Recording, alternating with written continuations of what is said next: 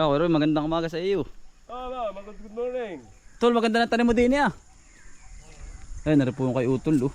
Na sitaw. Buhay na. Yan, oh. Gaganda po. May mga bagting na rin po siya, eh. Tayo wala pa. Mabudget din po yung ganito, ay. Yan, oh. Isang ganito po.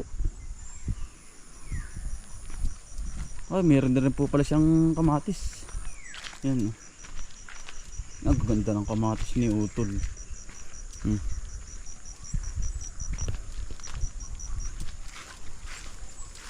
Buhay na mga kautol. Yan, ito po yung kanya. Tapos ito naman yung palayang ko po. Yan, katabilaan po nito yun, eh.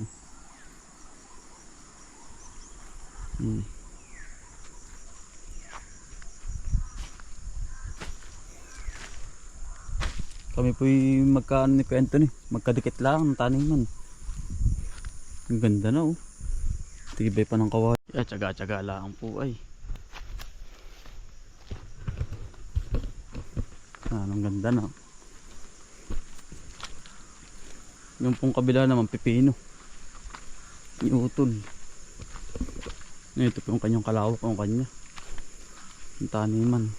Po yung sa kabila.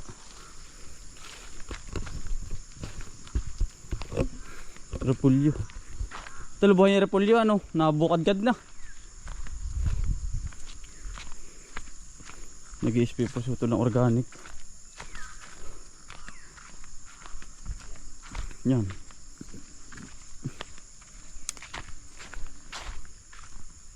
Tol. Mandumago, Tol. Yun. Ganyan naman po yung may tanim na ampalaya.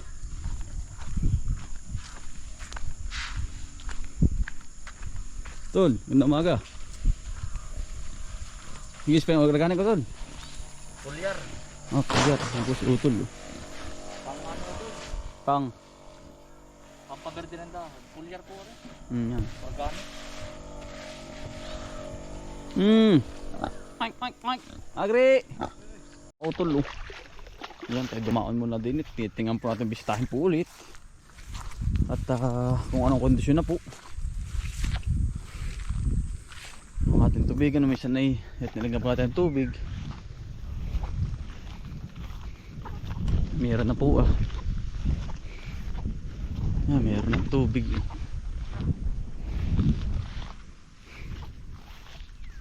Kailangan po may tubig yan, hindi rin wala. At sasama po ang sapaw. Maganda, oh. Maganda po pala ito. Ang pagkapalay nito, oh. Yan. Lintog. Malaka na po ang tubig, ah. Pasok. Hindi na po maano yan, mga utol. Kakatubig-tubig na po, ay.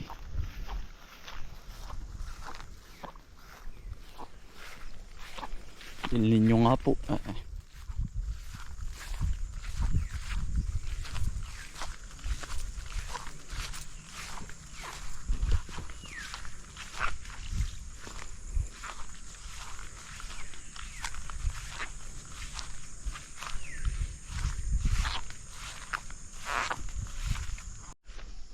Buhay na. Buhay na po, mga kautol.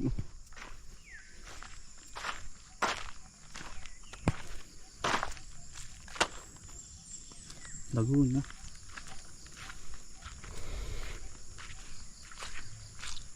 Kuya Richard. Hello. Ganda umaga, Kuya Richard. Umaga ka, Utol. Yun. Talagang abalang-abala na naman, ay. Yan, ang ganda ng mga kautol. Yan, labas na po yung ito yung mga pinag-abono.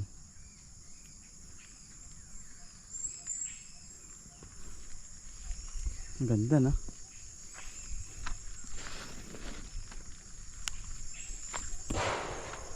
Kuya Jason. Yo. Yun.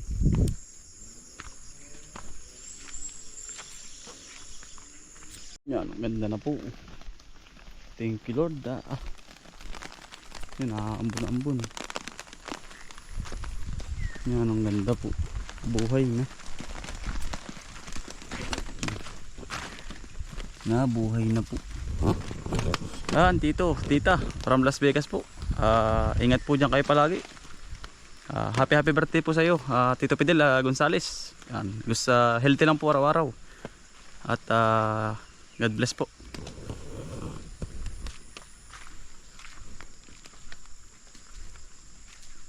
Ayan, ang ganda na po. Yan, iya, ganda. Buhay na po.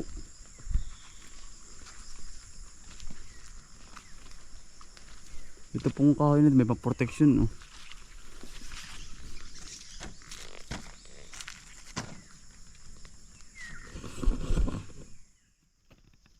Buhay na po lahat.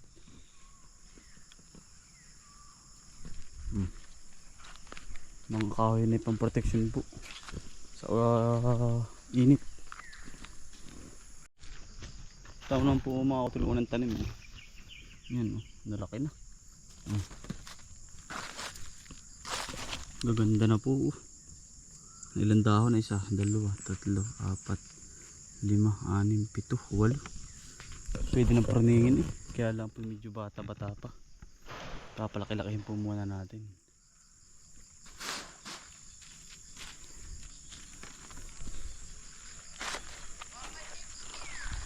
Yan, ang ganda na po. Salamat po sa Lord. At binigyan po tayo ng medyo kahapon po yung umulan. Ayun, ako'y nung minsan mga kautuloy ako'y nervyos at sobrang init po. Sabi ko panukat, mabubuhay po kaya.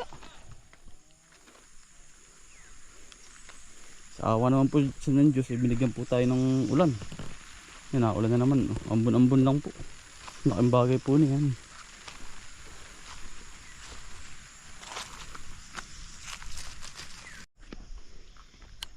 Yan po.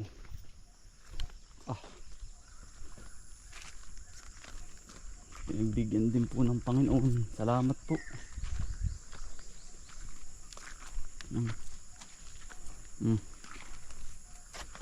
Mga pandan din po. Ito po yung ginagamit din sa sumero po namin. Yan. Ito po yun. Yan, oh.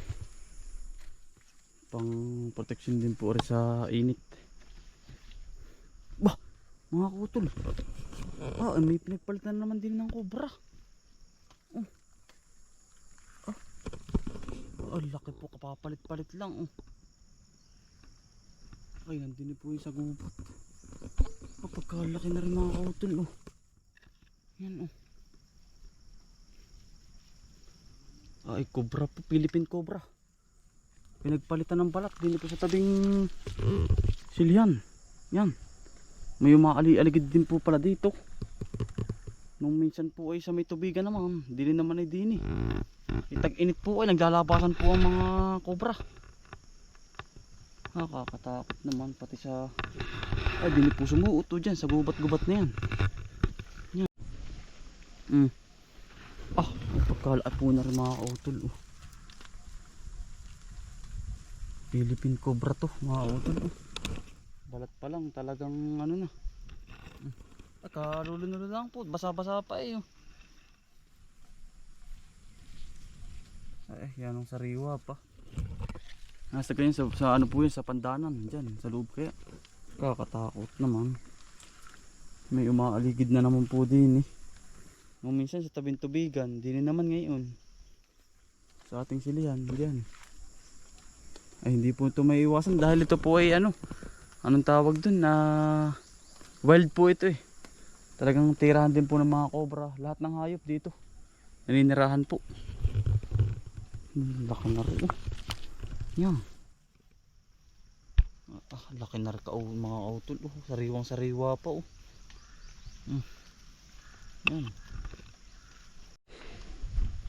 Nakaka-nervous po mga autol. Puro cobra din sa amin. Kaya naman po yung mga daga ay nawawala. Dahil po sa mga yan, ang laki na rin. Baka po rin may mga gana rin nakalaki. Yan. Kalulunula ang arin makaluwa kahapon kaya. Yan. Nakakatakot po yan. Ay di yun na yun. Diyan sumuot mga kautol sa gubat na yan.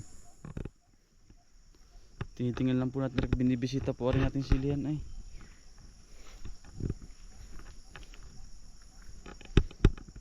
Nakakatakot mga kautol.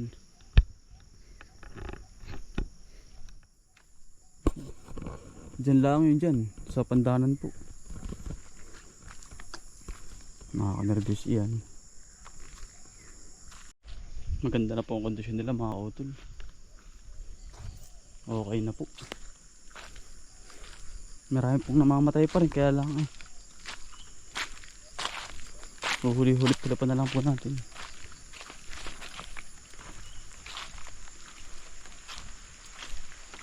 Yan, naulan na naman mga kautol. Thank you Lord.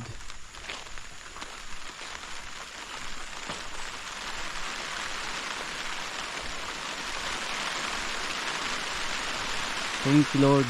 Naulan na naman po. Pinagbigyan na naman po ang ating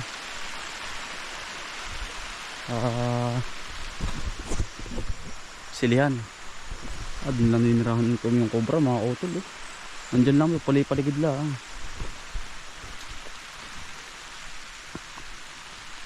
Tol, buhay na. Tol, buhay na. Oh, buhay na. Tama mga kautol, yung pong isang cobra nandun eh. Nung minsan nakita ko, papakita ko po sa inyo. Tayo po nandun sa tabing tubigan. Pinuntahan po natin at pumunta sa tatay ay butas daw po. Papakita ko po sa inyo, malaking cobra din. Philippine cobra din po yun.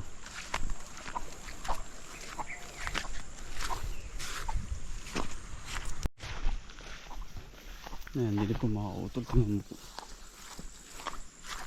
Hindi ko nakakita yun eh. Dito sa pailog.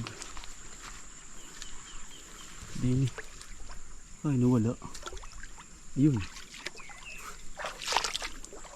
Napalad mga kautol yun. Ayun o. Napalad na nga yun o. Haba o. Yan. Philippine cobra po yan. Yan o. Tapos mayroon pa rin sa kabila. Dito ko po ito nakita. Yan o. Yan. Haba o. Mga kautol o. Yan o. Ito yung sa may kawayan na. Minsan ko nakita. Yan o. Ang daming cobra dito mga kautol. Nakakatakot. Talagang ingat lang po tayo lagi mga kautol. Dahil nga sa mga na malapit na disgrasya. Ay napo, delikado po isang cobra. Laki niyan mga kautol. Ay mga kautol, hanggang dito lang po. Sana po yung answer sa inyo. Sipag lang po at syaga, Buhay Probinsya. Bye, salamat po.